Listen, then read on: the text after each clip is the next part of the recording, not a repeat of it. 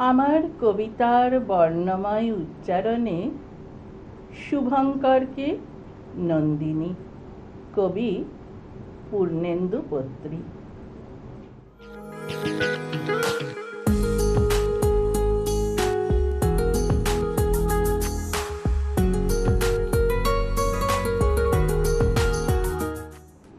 আগে না, ভুলিনি, মনে আছে। শুক্রবার 2রা ফেব্রুয়ারি আপনার জন্মদিন। দাদি পরতে হবে লাল পাড় শাড়ি, তার মানে গানের ক্লাসে ফাঁকি দিতে হবে ওই দিন, এবং রচনা করতে হবে বেরোবার সঙ্গত রিজন। ভালোবাসা সেও যেন এক পরীক্ষার বিশ্ববিদ্যালয়। প্রত্যেকের প্রশ্নের উত্তরে কল্পনারই অবারিত জয়। ভালোবাসা ও কল্পনা যমজের মতোই আপন। যা ঘটেছে তাকে জপ নয়, যা ঘটেনি তাতেই যাপন। ভালোবাসা কল্পনার চোখে দেখে বলে দেখে বড় বেশি। রুগ্ন দৃশ্য তাকেও পড়ায় বৃহৎ সত্তার মাংসপেশি। তুমি আমাকে তাই দেখো, কল্পনায় দেখার যা রীতি। মধ্যবিত্ত গৃহস্থ কন্যাকে উর্বশী, ইন্দ্রাণী, আফ্রোদিতি।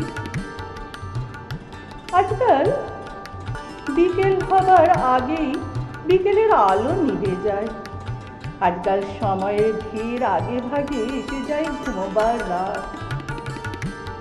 আকাশের এত কাছে শুয়ে থাকি, তবুও আকাশ গায়ে জড়ানোর সরু আঁচলের খোঁটটুকুকে খুলে নিতে মধ্যমরাত।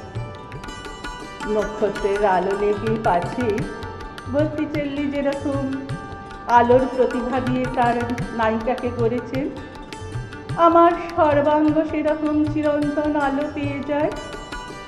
জ্যোৎস্নাকে নিভিয়ে দেয় নিভিয়ে যাবার সময়ের আগে। আমারই তো ভুল, আমার মনের সমস্ত কথা মন খুলে বলেছি এদের। আজ তুমি কি বলেছ, কাল তুমি কি কি বলেছিলে। তোমার চোখের অভ্রকণি থেকে ঠিকরই কিরকম উল্কার ঝলক। তোমার চিঠির ভাঁজে পা গুটিয়ে শুয়ে থাকে কোন খরস্রোত। এমনকি তোমার আঙুল শরীরের ভাঁজে ভাঁজে তানপুরার জলধ্বনি কিভাবে বাজায়, সমস্তই এদের বলেছি। আর তাই আজকাল পাট ভাঙা শাড়ি পরে ঠোঁটে লিপস্টিক ছোঁয়ালেই আকাশ বৃষ্টিতে ভেঙে পড়ে।